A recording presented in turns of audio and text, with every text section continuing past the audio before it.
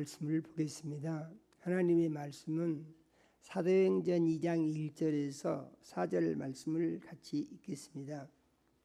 사도행전 2장 1절에서 4절 말씀을 같이 읽습니다.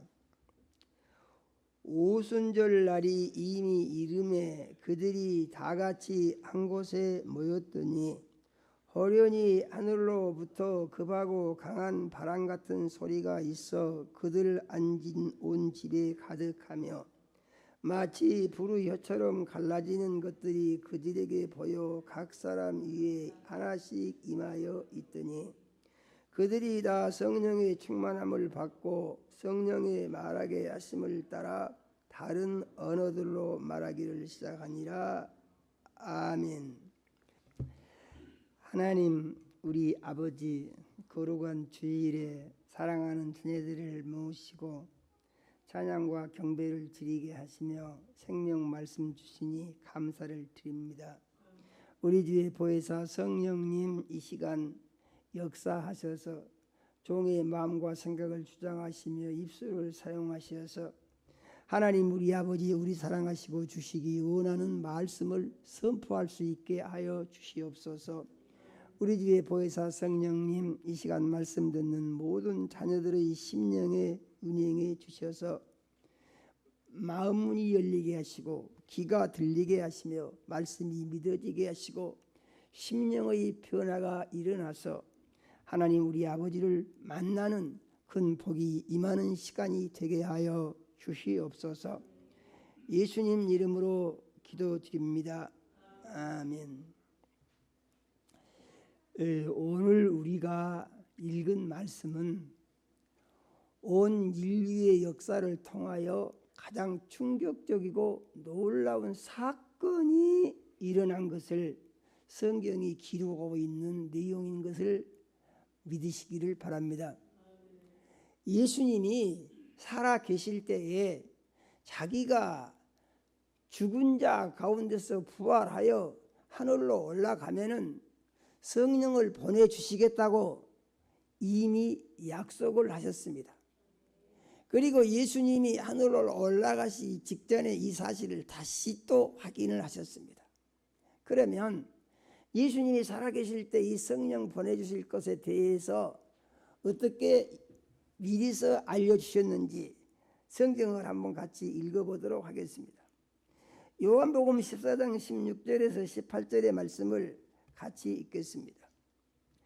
내가 아버지께 구하겠으니 그가 또 다른 보혜사를 너희에게 주사 영원토록 너희와 함께 있게 하리니 그는 진리의 영이라.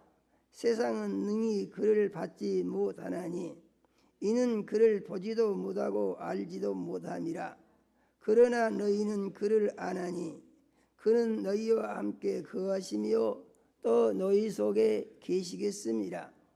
내가 너희를 고아와 같이 버려두지 아니하고 너희에게로 오리라. 아멘. 이는 예수님께서 하늘로 올라가시면은 아버지께 구해서 보혜사를 너희에게 보내주시겠다고 하신 말씀이며 이 보혜사는 영원히 같이 계신다는 말씀입니다. 예수님이 여기서 보혜사가 영원히 같이 계신다고 하는 것은 예수님은 이 세상에 오셔서 30년을 목수의 아들로 사시다가 3년의 공생애를 하시다가 그 다음에 온 세상 죄를 대신 지고 죽으시고 죽은 자 가운데서 3일 만에 부활하여 하늘로 올라가셨는데, 그러니까 예수님의 모습은 다시 없는 것입니다. 그런데 이렇게 육체로 오셨다가 사명을 마치고 하늘로 올라가신 예수님께서 이제 영으로 다시 오시겠다는 말씀을 하신 것입니다. 영으로 다시 오시겠다. 그래서 우리가 예수 믿은 사람들은 영에 대한 이해를 꼭 바로 하고 영에 대한 믿음을 또 바로 가져야 됩니다. 영이라는 것은 무엇이냐? 영이라는 것은 물질이 아니고 형상이 아니어서 볼 수도 없고 만질 수도 없는데, 볼 수도 없고 만질 수도 없는 이 영이 사람하고 똑같이 인격적 기능을 가지고 있다, 그런 말입니다. 그래서 영이 모든 것을 기억하고 계시고 영이 모든 말씀을 하시고 영이 우리에게 모든 것을 알려줄 수 있는 능력을 가지고 계시다. 그런 말씀입니다. 그러므로 예수님께서 말씀하신 성령이 다시 이 세상에 오시는 것은 무엇을 의미하는 것이냐? 그것은 예수님이 그 전에는 죄 없는 사람의 모습으로 육신을 가지고 사람 사는 세상에 오셔서 사람의 모습을 보여주시고 하나님의 능력을 보여주시며 온 세상 죄를 대신 지고 제물로 죽으셔서 사람들에게 구원의 길을 열어놓으셨다. 그런 말입니다. 구원의 길입니다. 그런데 이 예수님이 죽으시고 부활하시더니 하늘로 올라가실 때 500여 명이 봤다고 그랬습니다. 하늘로 올라가신 뒤에는 18절에 보니까 내가 너희를 고아와 같이 버려두지 아니하고 너희에게로 오리라 이렇게 말씀하셨습니다. 이는 하늘로 올라가신 예수님은요 육신으로 오셨다가 죽으시고 부활하신 예수님이죠. 이렇게 하늘로 올라가신 예수님이 이번에는 영으로 오신다 그런 말입니다. 그러니까 성령이 임하는 것은 무엇이냐? 예수님이 영으로 다시 오신 것이다 라는 사실을 믿어야 합니다. 그러면 영으로 오신 예수님과 육신으로 오신 예수님은 무엇이 다르냐 하는 것인데, 육신으로 오신 예수님은 사람의 눈에 보이는 예수님이셨는데 영으로 오신 예수님은 사람의 눈에 보이지 않은 예수님이시다 그런 얘기예요. 그래서 성령은 무엇이냐? 성령은 예수 그리스도의 보혜사다 이렇게 말씀하고 있는 것을 우리는 믿어야 하는 것입니다. 이 영으로 오신 예수님이 무엇을 하시느냐? 이 영으로 오신 예수님은, 육신으로 오신 예수님은 사람들의 눈에 보여주시고 사람들에게 말씀하시고 귀신을 쫓아내주기도 하시고 병을 고쳐주기도 하시고 삶의 문제를 해결하기도 하시고 기적을 행하기도 하시고 이렇게 예수님이 하셨는데, 영으로 오신 예수님은 사람 속에 들어가신다 그런 얘기예요. 육신으로 오신 예수님은 예루살렘에 계시다가 갈릴리 지방에 계시다가 사마리아 땅에 계시다가 이렇게 움직이셨습니다. 사람들이 다 볼 수가 있었죠. 그런데 영으로 오신 예수님은 눈에 보이지 않은데 장소를 초월하시는 예수님이시다 그런 얘기예요. 장소를 어떻게 초월하시느냐? 그때 육으로 오신 예수님은 이스라엘, 예루살렘, 사마리아, 갈릴리 해변 여기를 주로 다니시면서 복음을 전파하셨는데, 영으로 오신 예수님은 지역을 초월해서 세계 어디든지 예수님의 말씀을 믿고 의지하고 순종하며 사모하기만 하면은 그 사람 속에 들어오신다는 것이에요. 할렐루야예요. 그래서 이것은 무엇을 의미하느냐? 예수님이 영으로 오셔서 사람의 몸속에 들어오셔서 어떻게 하느냐? 그 사람과 같이 사시겠다 그런 얘기예요. 할렐루야예요. 그런데 이 예수님이 최초로 임한 사건이 오순절 마가의 다락방에 성령이 임하신 사건이다고 기록한 거 있는 것입니다. 오순절은 무엇이냐? 오순절은 예수님이 죽은 자 가운데서 3일 만에 부활하여 40일째 되는 날 하늘로 올라가시고 50일째 되는 날 영으로 다시 오신 것입니다. 그래서 오순절이라고 하는 말은 무슨 말이냐? 예수님이 부활하신 지 5번째 열흘이 되는 날에 그 말인 것입니다. 그래서 예수님이 부활하신 지 50일째 되는 날에 마가의 다락방 120명의 성령이 임재하신 것을 우리는 믿어야 합니다. 성령이 임재하실 때 어떻게 임재하신가 보니까 그날은 갑자기 온 집에 바람 같은 소리가 가득한 신비한 현상이 일어나더라는 거예요. 그래서 이게 무슨 일인고 하고 생각을 하고 있는데 갑자기 각 사람의 머리 위에 불의 혀같이 널름거리는 것들이 보이더라는 거예요. 각 사람의 머리에. 그러더니 사람들이 갑자기 성령의 충만함을 받고 방언으로 막 크게 기도를 하고 말을 하기 시작했다 그런 말입니다. 할렐루야요. 성령이 임재한 사건입니다. 성령이 충만히 임재한 것입니다. 그런데 이 성령의 임재는 무엇이냐, 무슨 의미가 있냐 하는 것인데, 예수님이 이 세상에 오셨다가 죽으시고 부활하셔서 하늘로 올라가셨는데, 하늘로 올라가면은 성령을 받아서 보내주시겠다고 약속을 하셨는데, 하늘로 올라가신 지 열흘 만에 예수님이 내가 하늘에 올라가서 하늘에 계신 내 아버지로부터 성령을 받아서 너희에게 보낸다고 한 약속을 이루는 것을 보여주신 것이다, 그런 말이에요. 그리고 이렇게 임재하신 성령은 그것으로 끝나는 것이 아니고 계속해서 믿는 사람들 속에 성령이 임재하셨다, 그런 말입니다. 성령이 임재하신 사건들을 보니까 기도할 때도 성령이 임재했고, 말씀을 들을 때도 성령이 임재하신 것을 볼 수가 있습니다. 또 안수를 받을 때도 성령이 임재하신 것을 볼 수가 있습니다. 그런데 성령이 임재하시면 무슨 일이 있느냐 하는 것인데, 하나님이 사람 몸속에 들어오시는데, 이제 예수님이 이 세상에 계실 때는 예수님의 모습만 보였지만은 사람 속에 들어오시는 성령은, 이 성령은 아버지의 영과 아들의 영이 같이 들어오신다 그랬어요. 그래서 보혜사 성령은 아버지 하나님과 아들 예수님이 사람의 몸속에 들어와 계시는 것을 의미하는 것이다 라고 우리는 믿어야 됩니다. 자꾸 믿음을 강조하는 것은 무엇이냐, 예수 그리스도에 대한 믿음은 믿은 대로 되기 때문에 믿음을 강조하는 것입니다. 그 믿음의 근거는 무엇이냐, 믿음의 근거는 하나님의 말씀이고, 하나님의 말씀을 믿을 때 그 믿음의 역사가 일어난다는 것이죠. 성경은 우리에게 뭘 보여줍니까? 계속해서 신비한 사건을 연속적으로 보여주는 것입니다. 성경의 신부는 시작 때부터 신비가 나타나죠. 태초에 하나님이 천지를 창조하시니라. 땅이 혼돈하고 공허하며 흑암이 깊음 위에 있고 하나님의 신은 수면에 운행하시니라. 아, 이게 무슨 말입니까? 무슨 말인지 알 수가 없어요. 그런데 우리는 그 말씀을 그대로 받아들이고, 아, 하나님이 이렇게 하셨구나 라고 믿는 것이다, 그런 말이죠. 마지막에 요한계시록의 인류의 끝은 어떻게 나타나느냐, 천년 왕국이 지나게 되면은 천년 왕국 후에 무슨 일이 일어나느냐, 하늘이 떠나가고 땅이 천지에 녹아지듯 불에 녹아지듯 없어지고, 그리고 예수 믿고 구원받은 그리스도인들은 새 하늘과 새 땅, 하나님의 영원한 집으로 다 옮겨서 거기서 영원히 산다고 그랬습니다.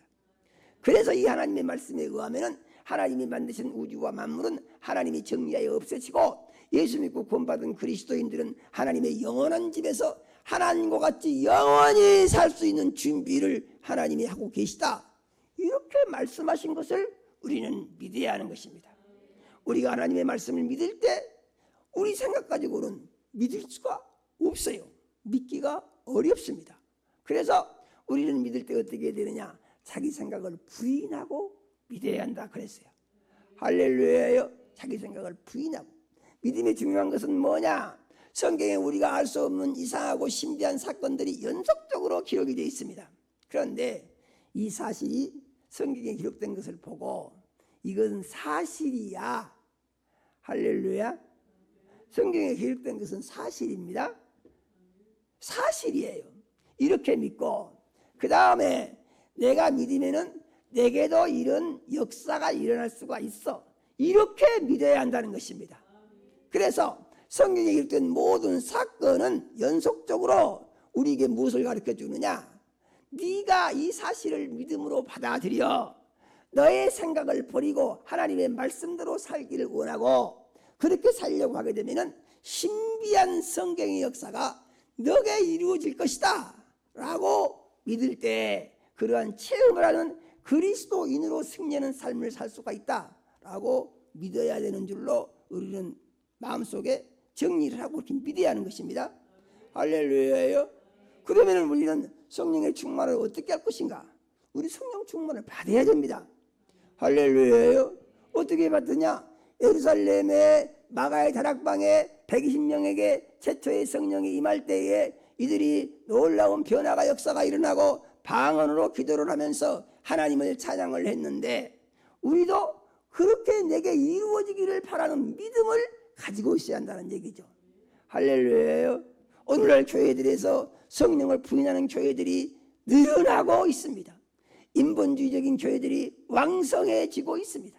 하나님의 말씀에 순종하여 말씀대로 사는 것에 대해서 부정적인 말하는 교회들이 늘어나고 있습니다.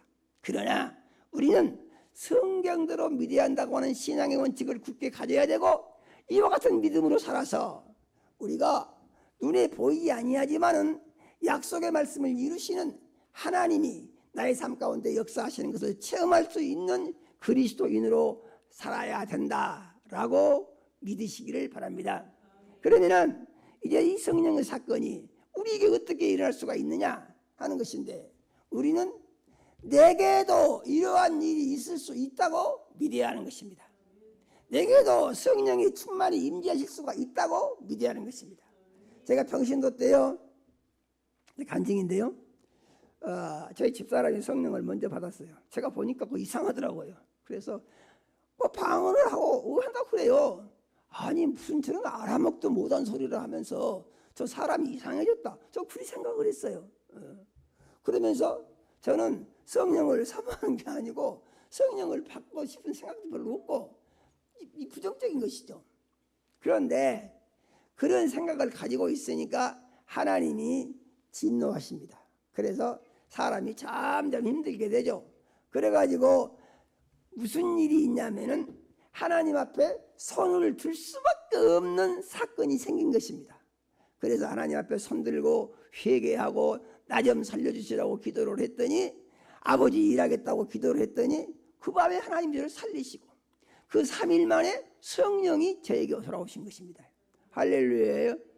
성령이 임재하시니까 나도 모르는 이상한 소리가 막 입에서 나오고 몸이 막 뒤틀립니다.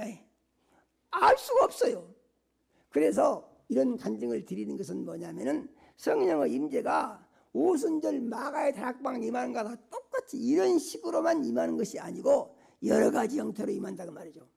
그래서 사도행전에 성령이 임하는 것을 보니까 어떤 일들이 있냐, 말씀을 들을 때 성령이 임하시고, 안수 기도할 때 성령이 임하시고, 또 열심히 사모하며 기도할 때 성령이 임하시고, 여러 가지 형태로 성령이 임재하신다 그런 말이죠.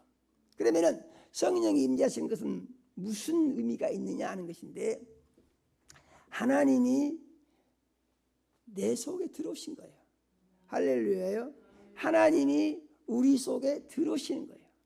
하나님이 우리 속에 들어오시는 것은, 이것은 내게 있어서 어떤 의미가 있는 것이냐 하는 것인데, 이것은 정말로 놀라운 사건이 일어난 것입니다. 할렐루야. 우주와 만물을 창조하신 영이신 하나님이 그 아들 예수님과 함께 영으로 내 몸속에 들어오셨다. 할렐루야. 이걸 믿는 거예요. 이걸 믿으면은 이 믿음과 함께 성령이 들어오실 수가 있다고 말씀하신 것을 또한 우리는 믿어야 됩니다. 그래서 성령이 임재하시게 되면은 어떤 일이 일어나느냐, 성령이 임재하시게 되면은 성령은 우리를 진리 가운데로 인도하신다 그랬어요. 그래서 진리는 뭐냐, 예수님이 내가 곧 길이요 진리요 생명이니 나로 말미암지 않고는 아버지께로 올 자가 없느니라, 이렇게 요한복음 14장 6절 이하에 말씀하신 것을 볼 수가 있습니다. 그래서 이 성령은 예수 그리스도의 영이고, 이 예수님은 우리를 항상 진리 가운데로 인도하신다는 얘기죠. 그래서 성령이 임재하시게 되면은 성령이 우리에게 모든 것을 가르치시고 예수님이 하신 말씀이 다 생각나게 해주시겠다고 말씀하신 것을 우리는 믿어야 합니다. 그러면 성령과 다른 영이 있는데 그것은 무슨 영이냐? 그것은 악령이다 그럽니다. 악령. 악령은 무슨 영이냐? 세상 신의 영을 성경은 악의 영이라고 우리에게 가르쳐주고 계신 것을 또한 믿어야 됩니다.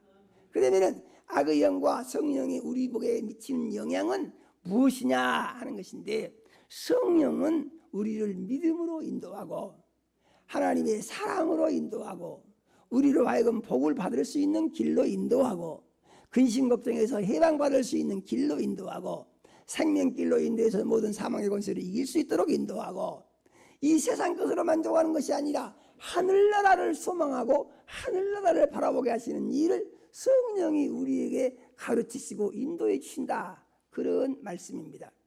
우리가 믿음으로 살기 위해서 기도를 하고 애쓰지만은 믿음으로 살아보니까 늘 거기서 두 가지 반응이 나올 수 있어요.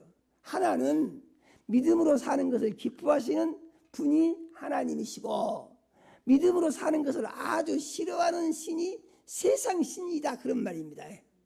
많은 사람들이 예수 믿다가 시험 들어가지고 넘어져서 세상으로 나가는 경우들이 있습니다. 이런 경우들은 왜 이러한 일이 일어나느냐 하는 것인데, 이 세상 신 악의 영이 믿음을 갖지 못하도록 회방을 하고 공격을 할 수가 있는 것이에요. 이해가십니까? 이걸 우리가 잘 알아야 됩니다. 우리가 믿음 생활을 잘하고 믿음 생활을 열심히 해서 하나님의 복을 받기를 원하고 소망을 가지고 믿음으로 살려고 애를 쓰게 되면은 회방을 놓는다, 그런 얘기예요. 그래서 믿음으로 살려고 했으니까 힘든 일이 생기는 것 같고, 마음이 오히려 어려운 것 같고, 이게 원치 않은 일들이 생기는 것 같고, 이런 일이 생길 수 있는 가능성이 세상신 마귀의 공격에 의해서 일어날 수도 있는 가능성이 있다, 그런 얘기예요. 이해가 되십니까? 그러면은 이런 상황을 맞이했을 때 어떻게 할 것이냐 하는 것인데, 그것을 이기는 것이 믿음이다 그랬어요. 그래서 시험을 참는 자는 복이 있나니, 이렇게 하나님은 말씀하신 것을 우리는 믿어야 합니다. 믿음 생활을 할 때 힘든 일이 생기고, 믿음 생활로 인해서 핍박을 받고, 믿음 생활을 통해서 고난이 생기고, 믿음 생활을 통해서 실망스러운 마음이 들 수 있는 가능성이 있다는 거예요. 그러면 믿음은 무엇이냐? 그런 생각이 들고 그런 상황이 온다고 하더라도 말씀을 굳게 붙들고 믿음을 놓지 말아야 한다, 그런 얘기죠. 할렐루야예요.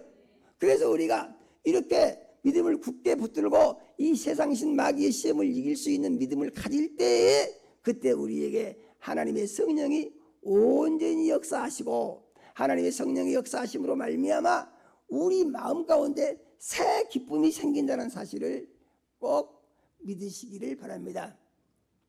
할렐루야요. 그러므로 성경은 이렇게 말합니다. 시험을 참는 자는 복이 있나니, 이것에 옳다 인정하심을 받는 자들이 하나님의 구원을 만나리라, 이렇게 말씀을 하신 것입니다. 그래서 우리는 믿음 생활을 할 때에 꼭 중요한 것, 원수와 하는 회방이 나에게 부정적인 생각으로 올 수도 있고, 부정적인 현상으로 나타날 수도 있고, 믿음이 흔들릴 수 있는 이런 문제가 생겨날 수도 있는 가능성이 있다는 것이죠. 그러면은 그럴 때 어떻게 할 것이냐? 그런다고 하더라도 믿음이 흔들리면은 안 된다는 것입니다. 할렐루야예요. 그러면은 믿음이 흔들리지 않기 위해서 어떻게 한다고요? 말씀을 믿어야 한다고요. 할렐루야예요. 그래서 성경은 말하기를, 의를 위하여 핍박을 받은 자는 복이 있나니 기뻐하고 즐거워하라, 천국이 저희 것임이니라, 이렇게 말씀하시는 것입니다.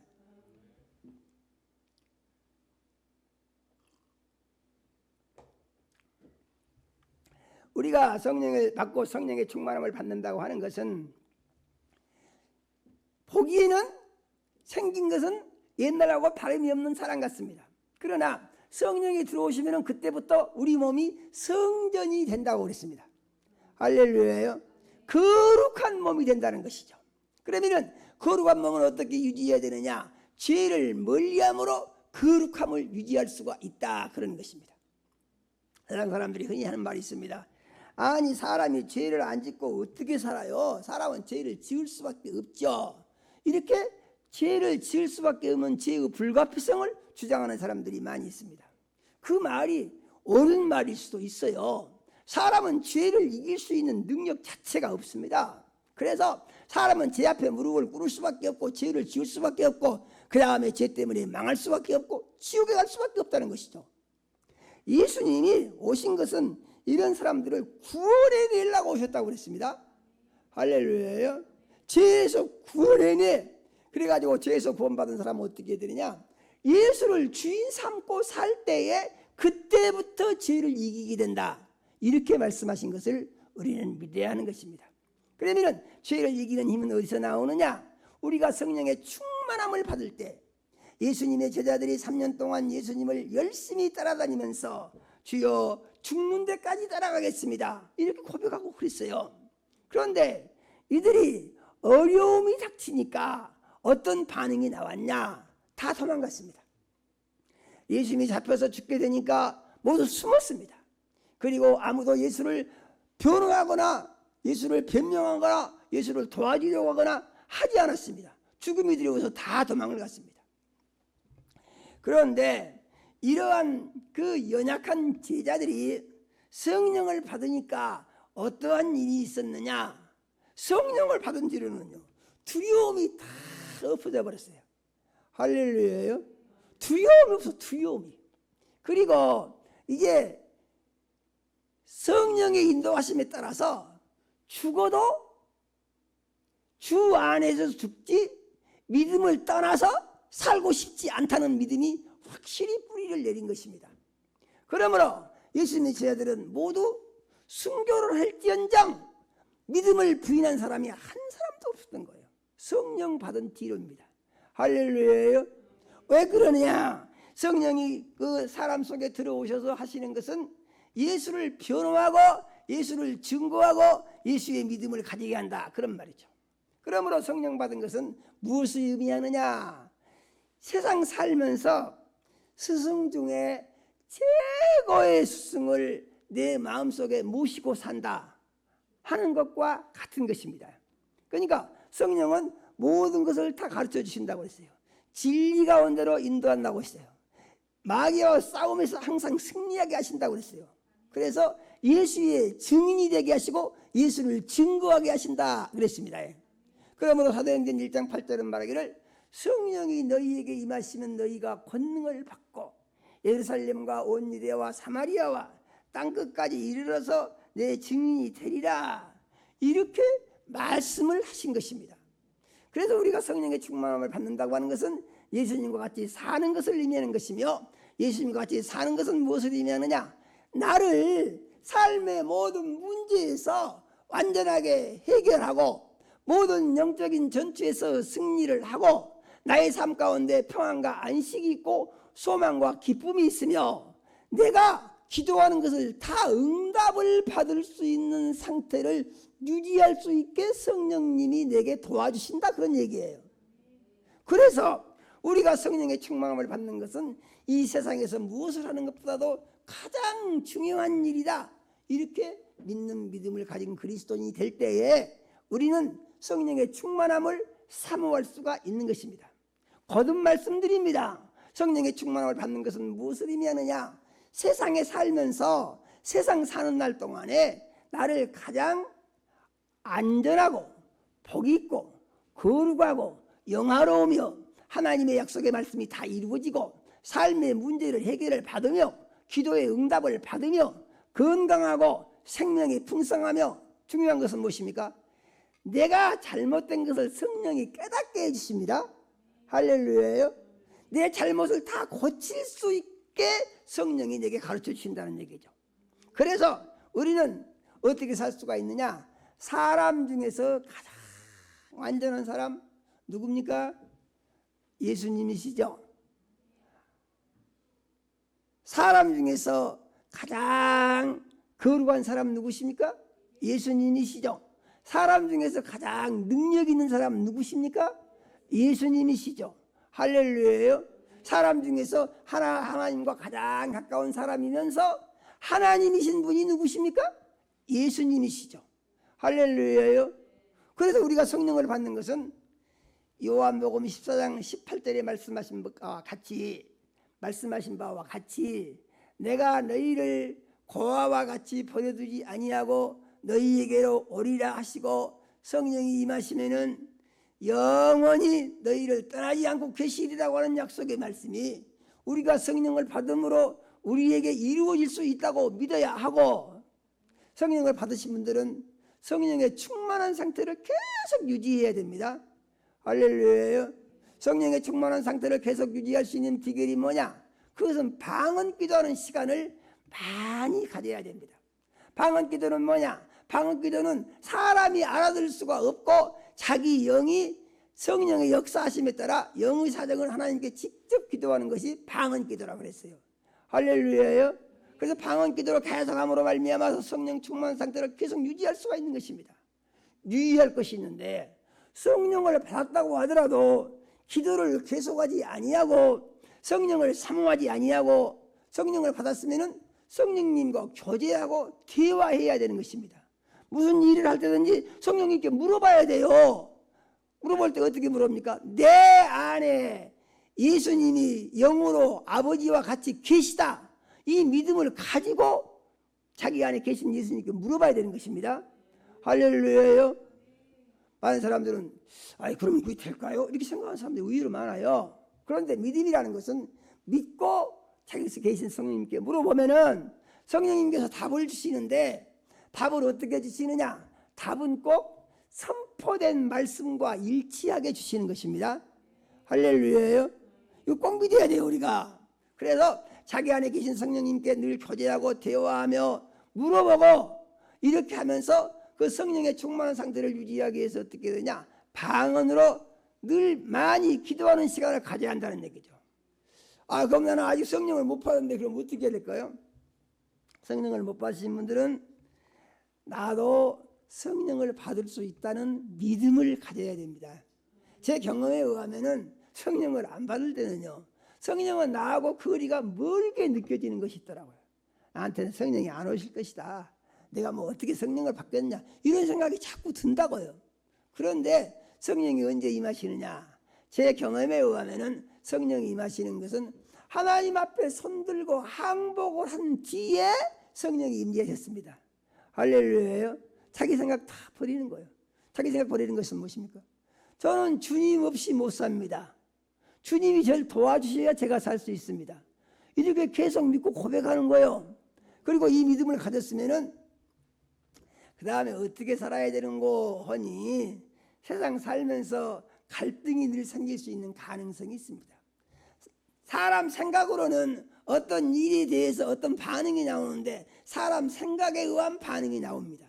그런데 사람 생각에 의한 반응은 하나님의 말씀에 비춰서 보게 되면은 말씀하고는 그건 안 맞아요.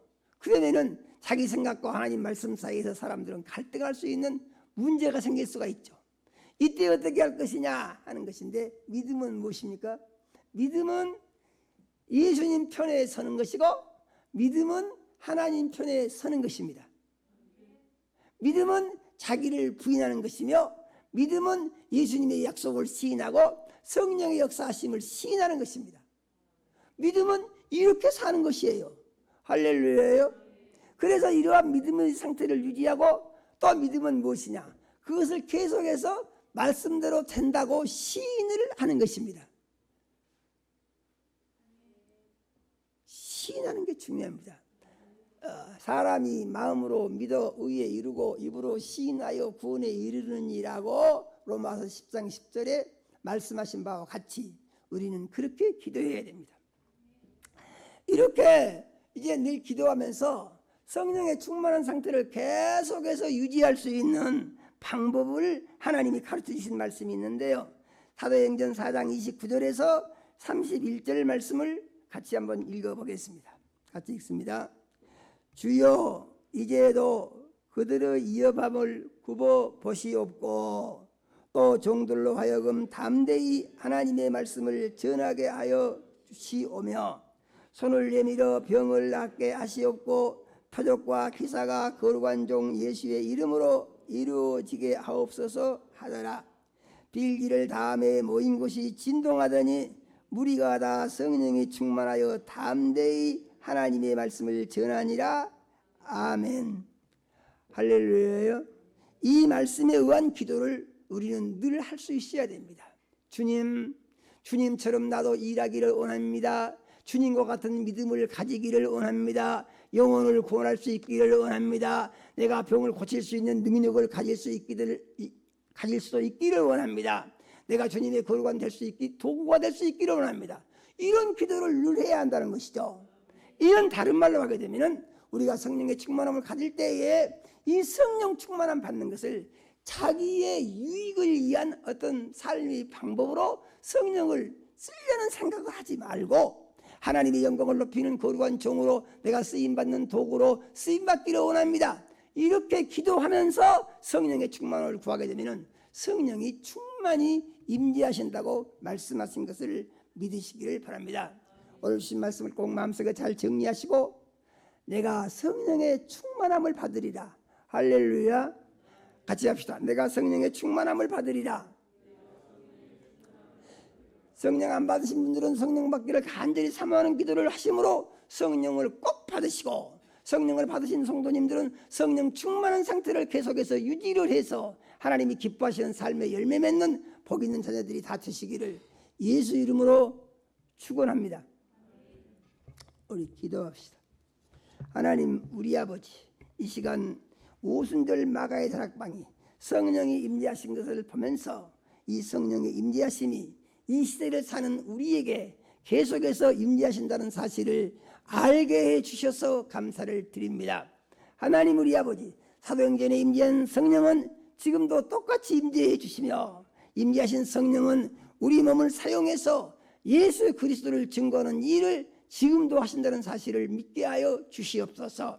하나님, 우리 아버지, 우리가 성령을 받은 것은 가장 크고 놀랍고 능력이 있는 위대한 스승을 모신 것과 같고 가장 위대한 능력자를 모신 것과 같아서 우리의 삶이 가장 복되고 영화로우며 능력 있고 권세 있는 삶으로 살게 한다는 사실을 믿게 해주시고 이와 같은 믿음으로 하나님께 기쁨을 드리고 영광을 높이는 성령 충만한 자녀들이 될 수 있게 하여 주시옵소서. 예수님 이름으로 기도드립니다. 아멘.